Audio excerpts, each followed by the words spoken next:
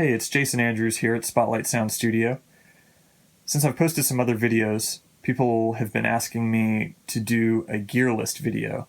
I think it would be too much to make a YouTube video of all of my gear, but I will do my rack gear, all the outboard stuff in the 19-inch rack spaces here in my studio. So, here we go. We'll start with this pair of compressors. They're 1176s, the FET style. They really sound amazing. They have a lot of character. They add a certain crunch to the sound that you push through them. I use them a lot on vocals, guitars, drums, you name it. Same with this LA2A here. The LA2A is a hand-wired tube compressor. It sounds really warm. It's an amazing piece. I use it on almost every vocal that I track. I love it on bass. Sounds great all the time. Below it is the BAX EQ by Dangerous Music, a great mastering piece or stereo bus processor with filters that really help to clean up anything that you run through it. It's great. Below it, the TK Audio TK-Lizer is a mid-side EQ, 3-band on each side, also with a high-pass filter, and it's cool that you can cue the mid and side sounds. It's really nice to have. Below that, the TK Audio BC2ME mastering compressor. Great for mastering, great for stereo compression. It's got a blend function on it, so you can do parallel compression, which is really nice. Let's see, behind my monitor here, I've just got power conditioners, just to power everything. Moving over to the racks on my right, we have the Focusrite ISA428. It's 4 preamps with filters. Variable impedance, so you can color the microphone that you're bringing in or the signal that you're bringing in differently. It's great. It's got DI. I use it all the time. I like it for drums. It's real clean sounding. Below that, Focusrite ISA428 channel strip. This thing's great. Same preamp as the 428 above it, but it's got filters, it's got EQ, compression, limiting, de-essing. It's a full channel strip. Variable impedance for the inputs. It's got a DI. It's great.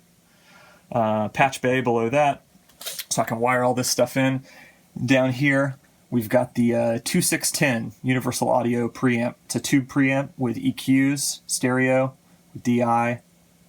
It's great. Variable impedance. It's a kind of got a lot of texture to it. It's got a sound to it. I like it. It's real gritty.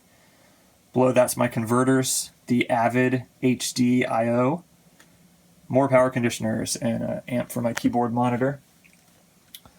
Up top here is the 120A DBX. It's the subharmonic synthesizer. Pretty cool. Can really add a lot of low end to a stereo mix, or to a certain instrument. I use it on bass drum sometimes, or bass guitar, something that I really want to bring out the low end. Now below that is a DBX 900 series rack. Got a lot of different things in there. A pair of these 905 3-band EQs. I got a 903 compressor. The Oral Exciter by Aphex. A pair of DBX 904 and the 902. It's a de-esser. We got a mixer in there. It's the 933. A lot of different things that I use for different things. Below that, the API lunchbox. Got the 500 series 512C preamps in there. Got a couple spaces to fill, so I'm sure that'll happen in the future. Love those things. Back to the APIs, man. That's a beefy preamp, and happy to have that. Love it for drums. Almost always put it on the snare drum or bass drum. Great for guitars. It's probably the beefiest preamp I have in the studio. Sansamp. That is a great piece. Use it for bass guitar, sometimes even like reamp, kind of run a signal through it that you've already recorded. It's nice. The Avalon AD2022 solid state stereo preamp or dual mono preamp. Great, clean preamp. I put it on vocals a lot.